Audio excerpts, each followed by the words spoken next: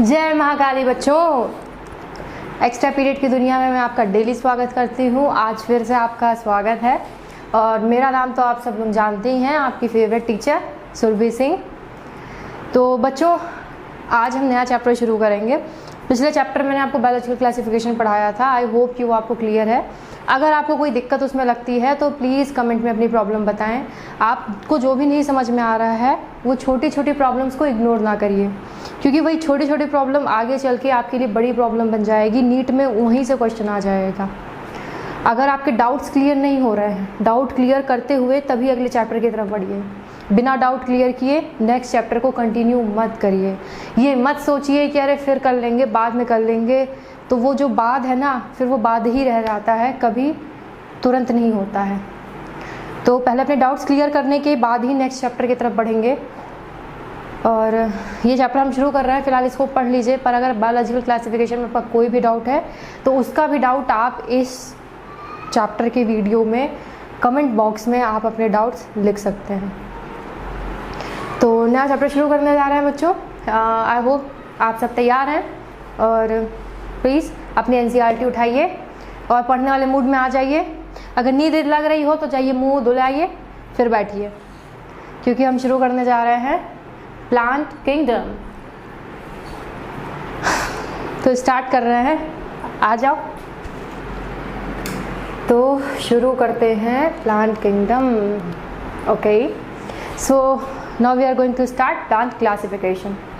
Plant classification में आप देख सकते हैं सिस्टम ऑफ क्लासिफिकेशन की यहाँ मैंने बात की है। बच्चों, ये पहला वीडियो है चैप्टर का, इसीलिए इंट्रोडक्शन वीडियो है। इसमें केवल मैंने वो चीज़ें बताई हैं जो आपको याद रखने की ज़रूरत है। समझ में आ रहा है? जब पार्ट 2 आएगा सेकंड वीडियो से मैं आपको डिटेल में पढ़ाना शुरू करूँगी। What ever given in the chapter वो सब अच्छे से एक्सप्लेन करूँगी मैं। पर ये जो इंट्रोडक्शन वीडियो है इसमें कुछ चीज़ें मैंने ऐसी लिखाई हैं जो आपको भूलना नहीं है। जो चैप्टर शुरू करने से पहले, ये हैं तो चैप्टर की ही चीज़ें, लेकिन चैप्टर में इन चीज़ों को याद रखना ज़रूरी है। कुछ बेसिक चीज़ें हैं, कुछ आप अगर बाई चांस इसको समझ नहीं पा रहे हैं, रट भी ले रहे हैं, तो भी आपका काम चल जाएगा। तो इन चीज़ों को आपको याद ही रखना है, इसीलिए पार्ट 1 इंट्रोडक्शन वीडियो में मैं आपको सारी याद रखने वाली चीज़ें बता रही हूँ। इस वीडियो को ज़रूर देखिएगा और वीडियो ख़त्म होने के बाद लिख के प्रैक्टिस करते रहिएगा। सेकंड वीडियोज़ में मैं आपको चैप्टर्स की डिटेल में जाऊँगी। तो now I am going to start the chapter. सबसे पहले आपको याद रखना है बच्चों कि प्लांट क्लासिफिकेशन में सिस्टम ऑफ क्लासिफिकेशन कैसा हुआ था। पहला कि आर्टिफिशियल सिस्टम आया था, फिर आप देखेंगे कि नेचुरल क्लासिफिकेशन आएगा, फिर फाइलोजेनेटिक आएगा। 3 तरह से इनको डिवाइड किया गया था बच्चों। तो आर्टिफिशियल को किसने दिया था? Carolus Linnaeus. आर्टिफिशियल सिस्टम किसने दिया था? Carolus Linnaeus. तो और आर्टिफिशियल सिस्टम किस पे बेस्ड है? It is based on the morphological characters.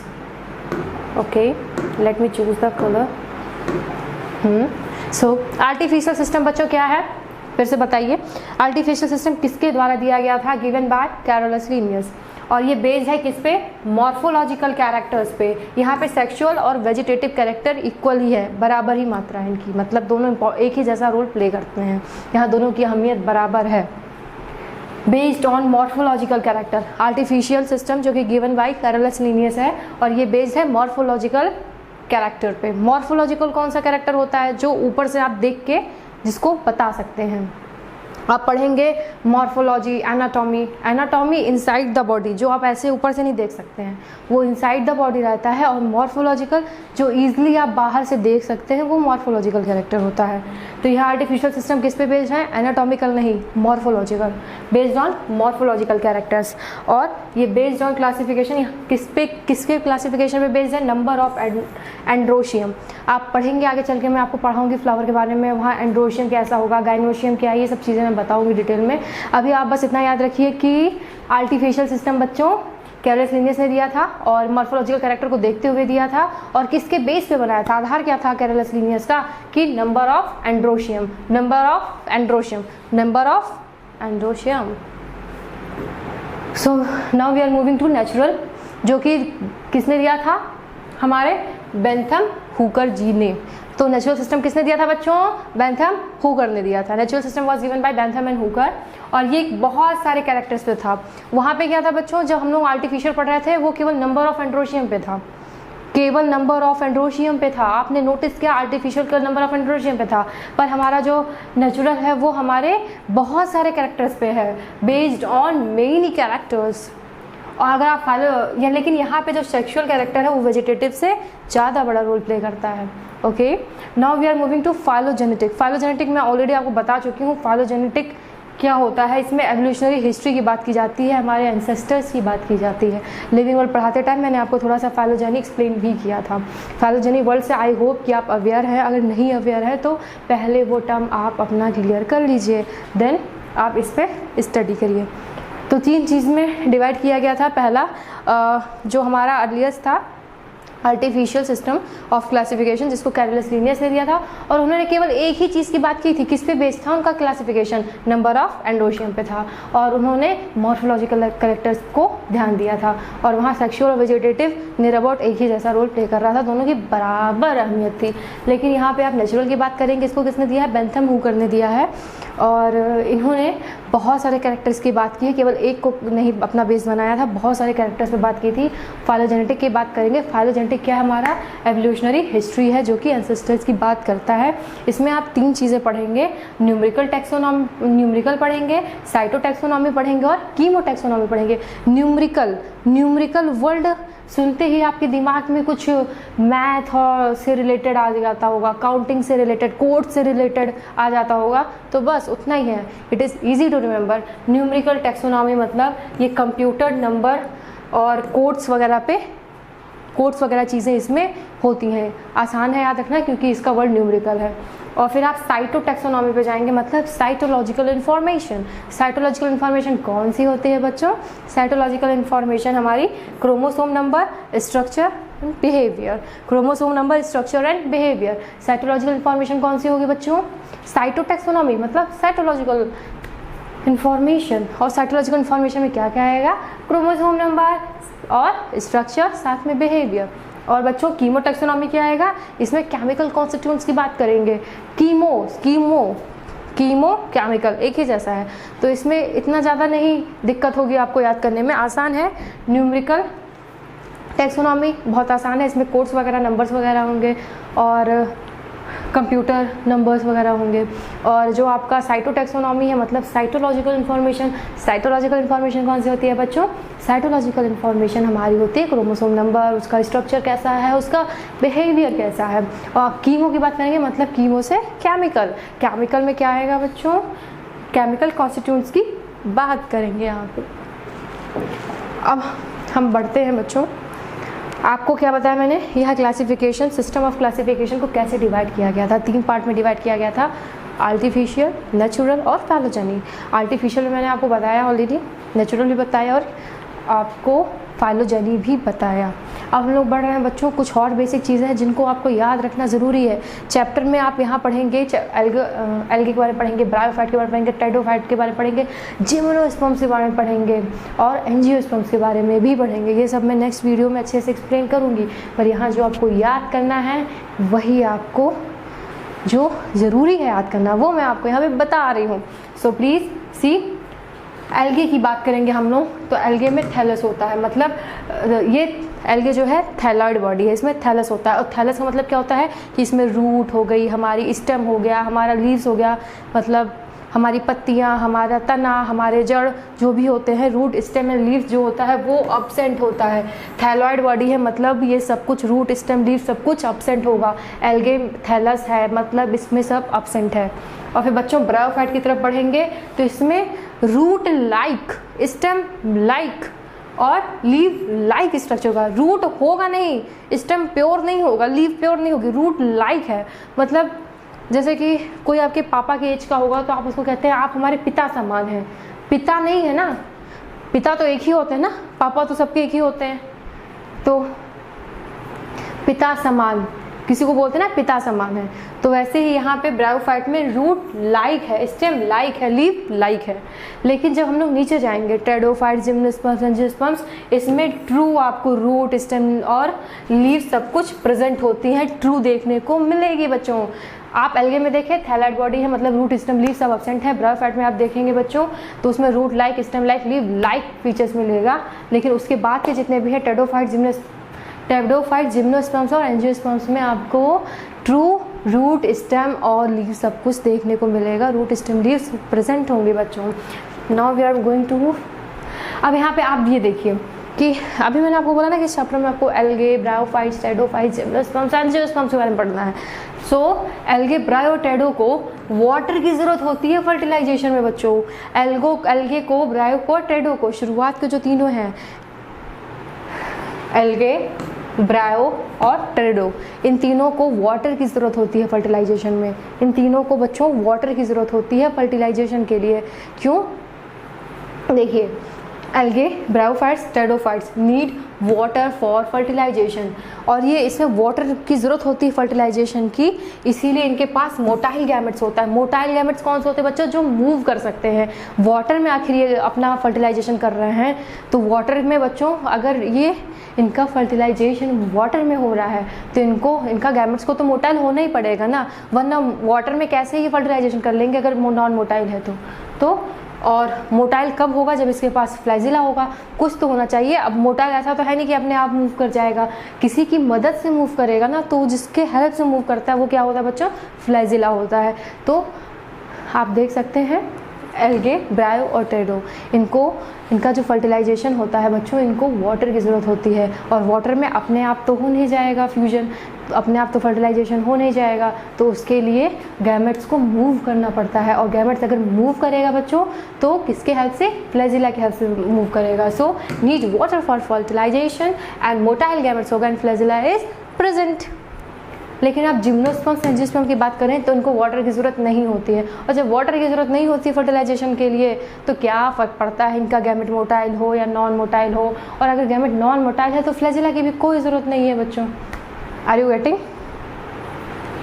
Algae, bryo, pterido को वाटर की ज़रूरत होती है फर्टिलाइजेशन में, इसीलिए इनके पास मोटाइल गैमेट होता है, इसीलिए इनके पास फ्लैजिला होता है। पर जिम्नोस्पर्म्स, एंजियोस्पर्म्स को वाटर की ज़रूरत नहीं होती है फर्टिलाइजेशन में, इसीलिए इनके पास इनका गैमेट मूव करे या ना करे कोई फ़र्क नहीं पड़ता है। सो उसमें फ्लैजिला एब्सेंट होता है। Flagella is absent. ओके, और अब आप ये देखेंगे सबसे पहले किसमें क्या आया था। सबसे पहले किसमें क्या आया था? अगर आप एम्ब्रियो की बात करेंगे, एम्ब्रियो सबसे पहले आपको किसमें देखने के लिए मिला था? आपको नीट में आप पेपर देने चाहेंगे बच्चों तो आपको क्वेश्चन देखने को मिलेगा कि एम्ब्रो सबसे पहले किस में आया था। ऑप्शन दे देगा ब्रायो, टेरिडो, जिम्नो, एंजियो। तो आप हाँ परेशान हो जाएंगे और कंफ्यूज हो जाएंगे कि एम्ब्रो सबसे पहले किस में आया था। तो आपको कंफ्यूज नहीं होना है, ये चीज़ याद करके जानी है। एम्ब्रियो सबसे पहले फर्स्ट टाइम किस में देखने को मिला था? ब्रायोफाइट्स में। एम्ब्रियो सबसे पहले ब्रायोफाइट्स में मिला था। और वैस्कुलेचर की बात करेंगे तो वो किस में देखने को मिला था? टेरिडोफाइट्स में। वैस्कुलेचर किस में देखने को मिला था? टेरिडोफाइट्स में।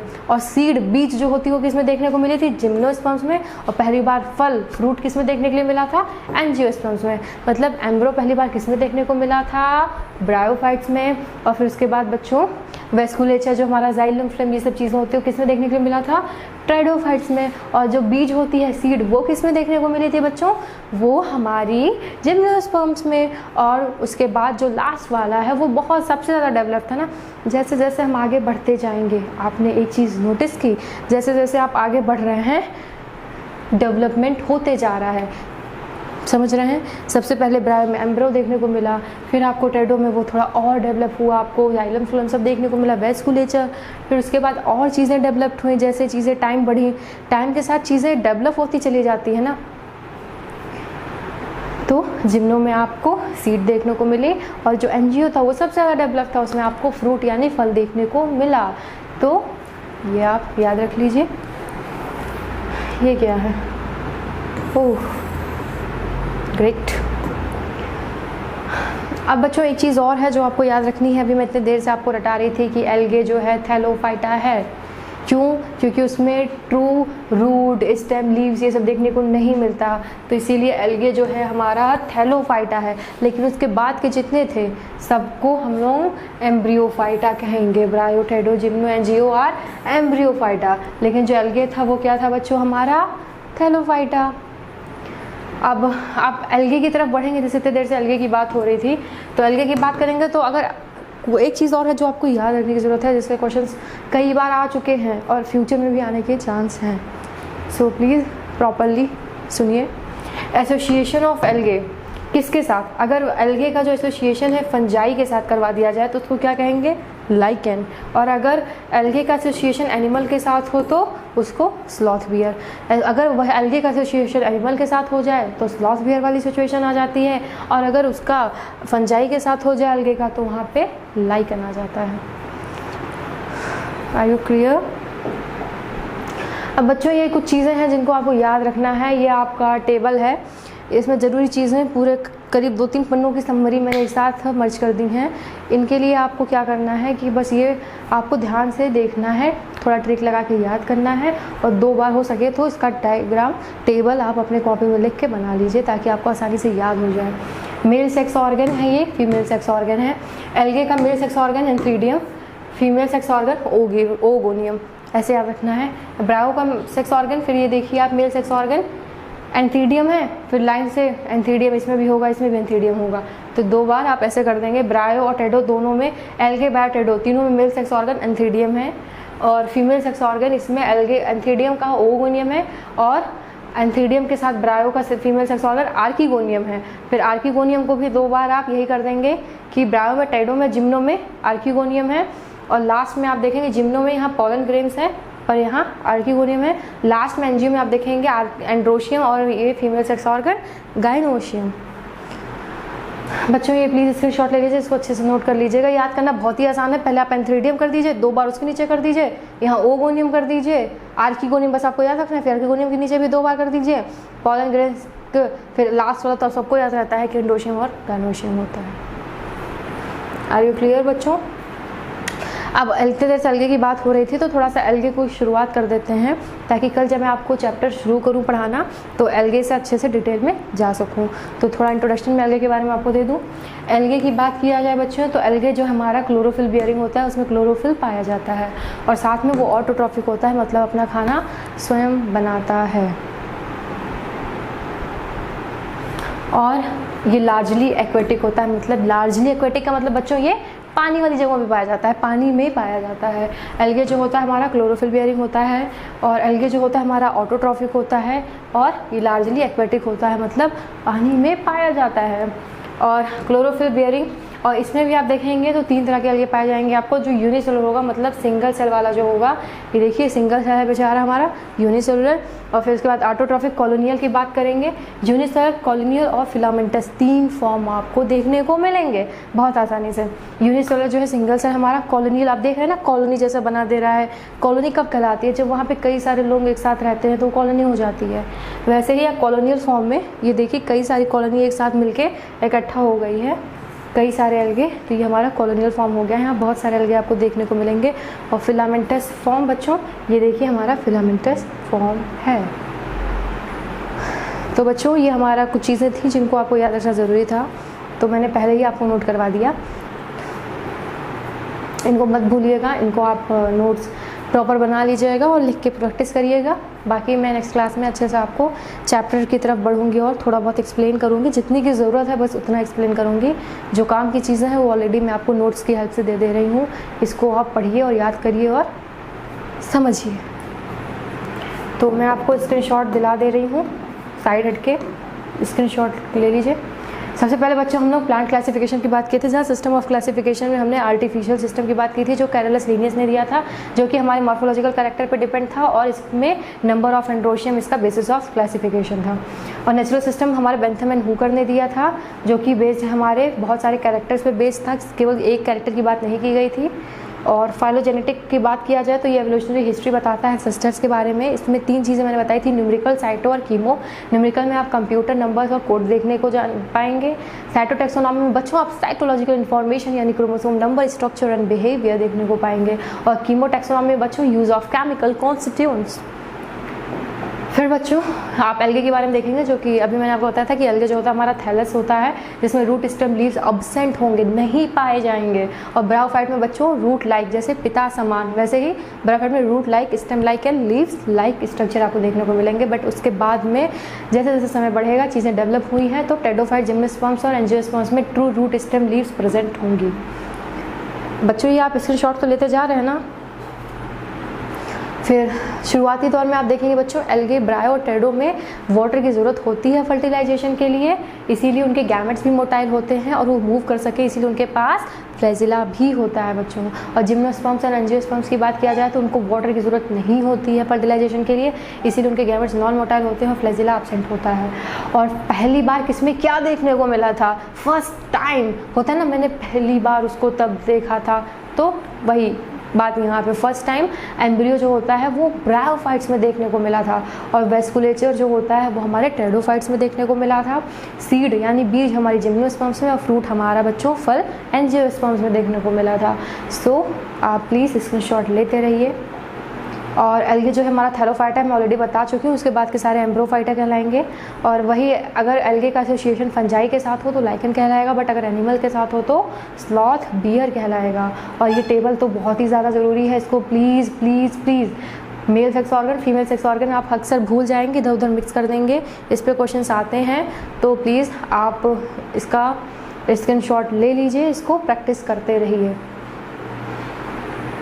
अब बढ़ेंगे बच्चों, एल्गे में थोड़ा बहुत मैंने बताया था कि क्लोरोफिल बेरिंग होता है, ऑटोट्रॉफिक होता है और लार्जली एक्वाटिक होता है, मतलब पानी की जगह पे पाया जाएगा। और यूनिसेलुलर होता है, कॉलोनियल जब कॉलोनी बना के रहता है। फिलामेंटस का स्ट्रक्चर आप देख ही रहे हैं, आपके सामने है। सो आई होप कि आप इसमें शॉर्ट ले चुके होंगे बच्चों। तो आज की वीडियो में बस इतना ही, मैंने आपको बेसिक चीज़ें जो ज़रूरत थी याद करने की वो बता दी है। आगे की वीडियोज़ में मैं थोड़ा बहुत एक्सप्लेन भी करूँगी और ज़रूरी नोट्स आपको बराबर देती रहूँगी। बस आपको अच्छे से पढ़ना है, अपने टाइम का यूटिलाइज़ करना है और क्वेश्चंस के लिए परेशान नहीं होना है। थोड़ा सा पेशेंस रखिए बच्चों, अभी थोड़ा सा मेरा शेड्यूल भी बिजी चल रहा है। जब मैं फ्री हो जाऊंगी तो आपके लिए मैं आपसे प्रॉमिस करती हूँ कि मैं क्वेश्चंस की सीरीज़ ज़रूर बनाऊंगी और हर चैप्टर में टॉप 100 क्वेश्चंस आपको करवाऊंगी, जो कि उतना ही कर लेने पे आपके लिए बहुत हेल्प हो जाएगा। शुरू से आखिरी तक के चैप्टर्स आपके तैयार हो जाएंगे। और बच्चों एनसीईआरटी से क्वेश्चंस कैसे आते हैं, कौन सी लाइन पे क्वेश्चन बन सकते हैं, कैसे आप क्वेश्चन बनाना सीखेंगे, वो सब चीज़ें मैं आपको बताऊंगी। बट थोड़ा सा पेशेंस रखना पड़ेगा बच्चों, एटलीस्ट क्वेश्चन की सीरीज़ आने तो दीजिए। जब मैं फ्री होंगी थोड़ा देन आई विल मेक। और फिलहाल अभी जो पढ़ा रही हूँ नोट्स पढ़ते रहिए, रिवाइज़ करते रहिए और थोड़ा बहुत क्वेश्चन खुद से भी ट्राई करिए, केवल मुझे पे मत डिपेंड रहिए। मुझे आपको पढ़ाना है, मैं आपका बहुत अच्छा प्रिपरेशन करवाऊंगी, पर थोड़ा मेहनत आपको भी करनी पड़ेगी। जब तक आप मेहनत नहीं करेंगे तब तक अकेले मैं कुछ नहीं कर सकती बच्चों। सो कुछ मेहनत मैं करूं, कुछ आप करिए, मिलके बेस्ट करते हैं। और वही बात फिर से कि प्लीज़ चैनल को लाइक करिए, सब्सक्राइब करिए और ज़्यादा से ज़्यादा शेयर करिए प्लीज़ बच्चों। तो मिलते हैं बच्चों नेक्स्ट वीडियो में और फिर आगे की बात वहाँ से शुरू करेंगे। जो भी पढ़ाया है उसको प्लीज़ पढ़ के आना। सो जय महाकाली बच्चों।